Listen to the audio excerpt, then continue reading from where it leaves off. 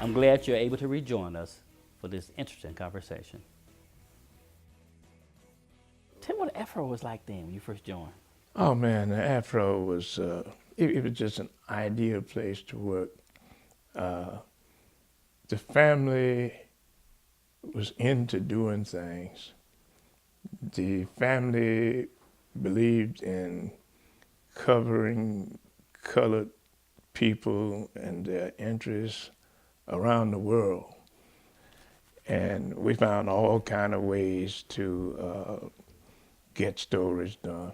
You know, when they was having this stuff about Route 40, they wouldn't serve black people out there, but they would serve ambassadors from Africa because they were interested in putting on a good face at that time.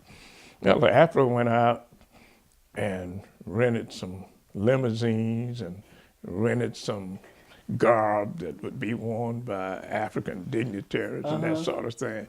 And went out on Route 40, got served, and wrote a big story about the way the government would treat other people but not treat its own citizens. That's a great story. Man, I'm listening to you talking that, and I'm listening to commitment that AFRO had to news. It was a paper that did a lot of things that a lot of people may not know about. But when I was with the Afro-American, we had 13 editions. 13 editions. We came out twice a week in Baltimore, twice a week in Washington. We had the national edition, went out early, the first paper out. Then we had the office in Richmond, we had office in Newark, they had an office in Philadelphia, we had a New England edition, and we had North Carolina, South Carolina editions, of course, and we had one on the Eastern Shore of Maryland. So it was a big publication. It reached a lot of people.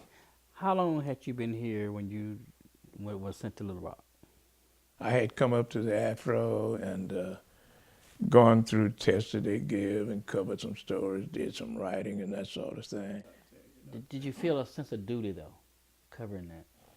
Yeah, a sense of responsibility, getting that stuff in history from my community's point of view. Describe for me what it was like seeing the hatred on the people's face there in Little Rock, the mobs.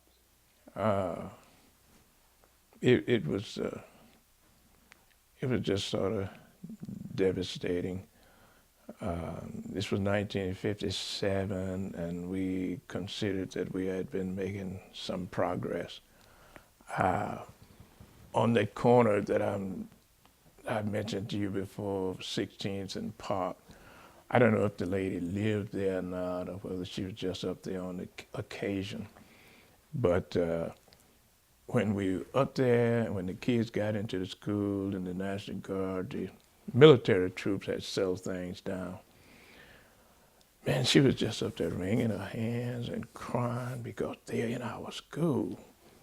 And you could just see the hatred and disrespect for people. And it was all over the place. And the game was such that after the military took over, and a lot of the white kids were coming out of school, right there on that same corner, there were young white guys who had come out of the school. They were inspiring young white students who had come up, not to clear the sidewalks. It was a test for the military. And they knew that because, you know, they didn't figure nothing was going to happen to those young ladies, the young white ladies. And to my shock, his guy called the orders, man, and he warned them to move. They wouldn't move. And, you know, he did this lower gun thing, firewood, hup, and they just started moving. A couple of girls got punched. You know, they made big stories out of it, you know, attacking the girls and all that kind of stuff. But they actually inspired that thing. They set that thing up.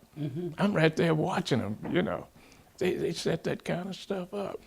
And that's when I realized how damaging some of these stuff could be to young people. Mm. And it grew out of a situation while the kids were trying to get into school. For some reason, after Mrs. Bates had decided they would not go up one morning, one young lady didn't get the message. I think there was a telephone problem or something. And she goes up there. Her name was Elizabeth Eckford.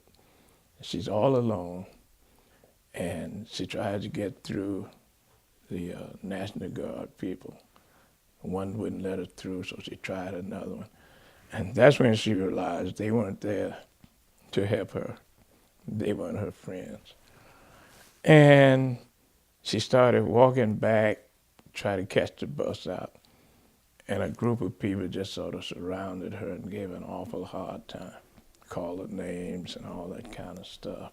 And at one point, she said, "I just didn't know people could be so cruel." And that was the lead on my story, and it was the headline that ran across across the paper. I think people talk a lot about objectivity and that sort of thing, but sometimes it's what you see from your perspective and what you gain from certain things from your perspective that is how your stories turn out.